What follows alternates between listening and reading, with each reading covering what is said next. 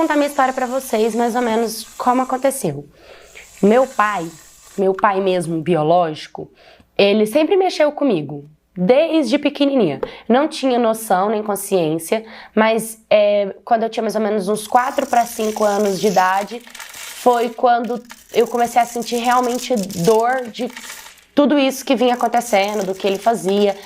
E eu não sei se a minha mãe sabia, às vezes passa pela minha cabeça que sim, porque o meu pai, uma frase que marcou muito a minha cabeça foi: vamos brincar de namoradinho? Então, quando ele fazia os atos que ele fazia comigo, tudo na cabecinha dele, ele tentava colocar na minha cabeça que era uma forma de brincadeira. E isso sempre me deixou muito magoada, porque eu sempre guardei isso comigo e com Deus. Eu nunca tive coragem de contar isso pra ninguém. Quando eu fiz 11 para 12 anos de idade, a minha mãe descobriu que estava com câncer de pele e era maligno. Então, para fazer o tratamento, muitos médicos desacreditaram dela. Para ela passar por toda a situação que ela estava passando, ela decidiu se separar do meu pai e ela saiu do litoral de São Paulo para o interior de São Paulo. Então nós viemos embora. Chegamos na família da minha mãe. A família da minha mãe era muito complexa. Eles sempre inventavam mentirinha para minha mãe contra mim, tentavam colocar ela contra, fazia a gente tentar se separar, a gente brigar. Eu nunca entendi o motivo real do porquê que eles não gostavam de mim, porque as atitudes deles o que demonstrava era isso, que eles não gostavam de mim de jeito nenhum. Mas eu que sempre fui muito responsável pela minha mãe, eu que sempre desde novinha ajudava em tudo, sabe? Eu carregava o peso de levar ela nos lugares e cuidar dela e dar medicamento e dar remédio. E com 12 anos de idade a gente é uma criança, né? Um pré-adolescente ali entrando na adolescência e era uma carga muito pesada pra mim, mas eu sempre fiz ela muito bem. Até que a minha mãe, uns 2 anos depois, conheceu o meu outro padrasto, que ele era um homem bom. Ele ajudava minha mãe, ele cuidava dela. E minha mãe, ela vivia assim, tendo recaídas, sabe? Várias vezes minha mãe tinha convulsão, a gente tinha que levar ela no médico, chamava ambulância. Meu padrasto achava que ela tinha depressão. Só que era mais que isso, sabe? E aí, com muitas vezes que ela teve convulsões, que ela teve problemas, que teve que chamar ambulância, e eu sempre, já nessa época, com 16 anos de idade, eu já estava trabalhando, já arcava com as responsabilidades da casa, ajudava ela a comprar medicamento, pagar conta.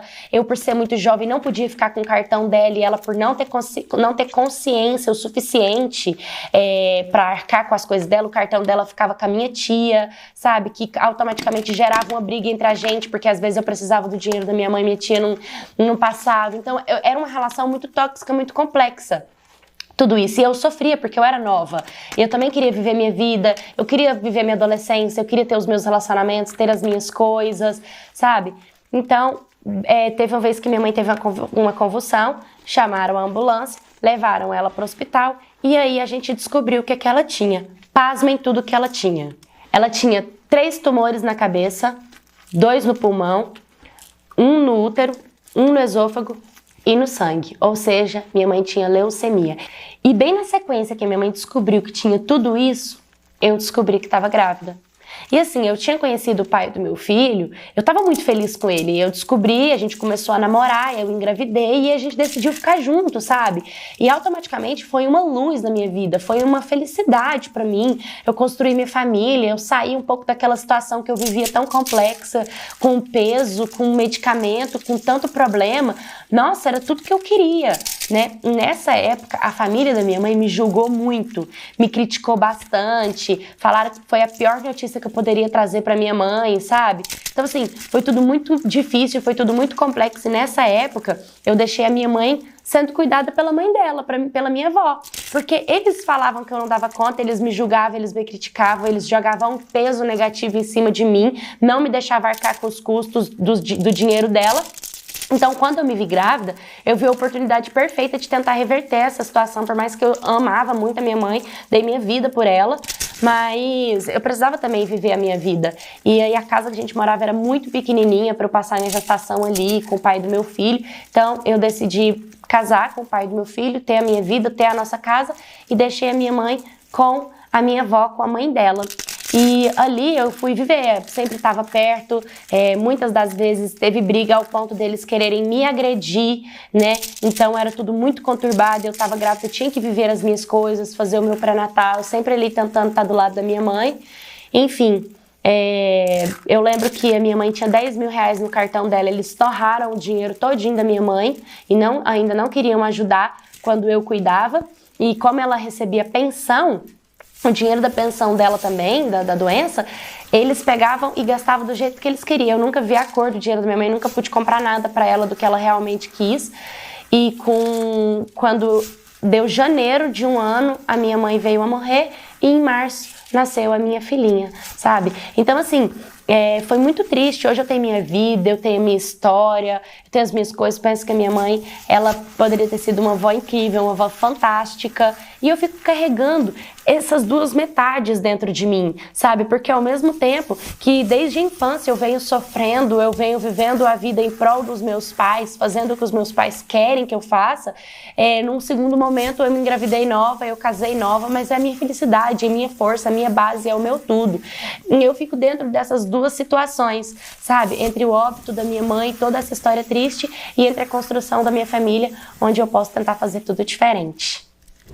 Oi, My Cats, tudo bem com vocês? Hoje eu trouxe essa história porque muitas das vezes a gente carrega uma carga que não é nossa, né? Os nossos pais sobrecarregam a gente, a responsabilidade que o mundo coloca na gente, que faz a gente ser quem a gente é. Tem um exercício que é muito legal, depois eu quero que vocês façam em casa. Pega um papel, uma caneta e coloca assim, um círculo sendo quem é você, em volta desse círculo, outro círculo de quem são as pessoas para você. Então, por exemplo, você hoje escolheu ser estudante de medicina, mas você não escolheu ter nascido na cidade que você nasceu, quem escolheu foram os seus pais. Então significa que você tem um legado antes mesmo do seu nascimento e você tem responsabilidades quando você nasce que não foi você que escolheu, como por exemplo, cuidar de um irmão pequeno, cuidar de um ente querido doente, né? São responsabilidades que o mundo coloca em você e automaticamente você precisa de uma carga positiva para você se carregar. É a história dessa menina.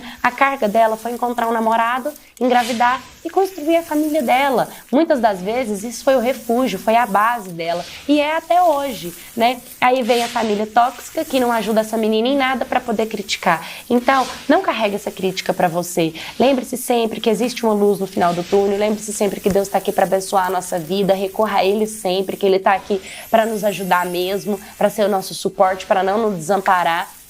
Parabéns pela sua atitude, pela sua força, pela sua coragem em ter cuidado da sua mãe e seja feliz da sua família. Deixe nos comentários o que você achou dessa história, mande sua história também, curta, comenta, compartilha, se inscreva no canal. Um beijo e até o próximo vídeo.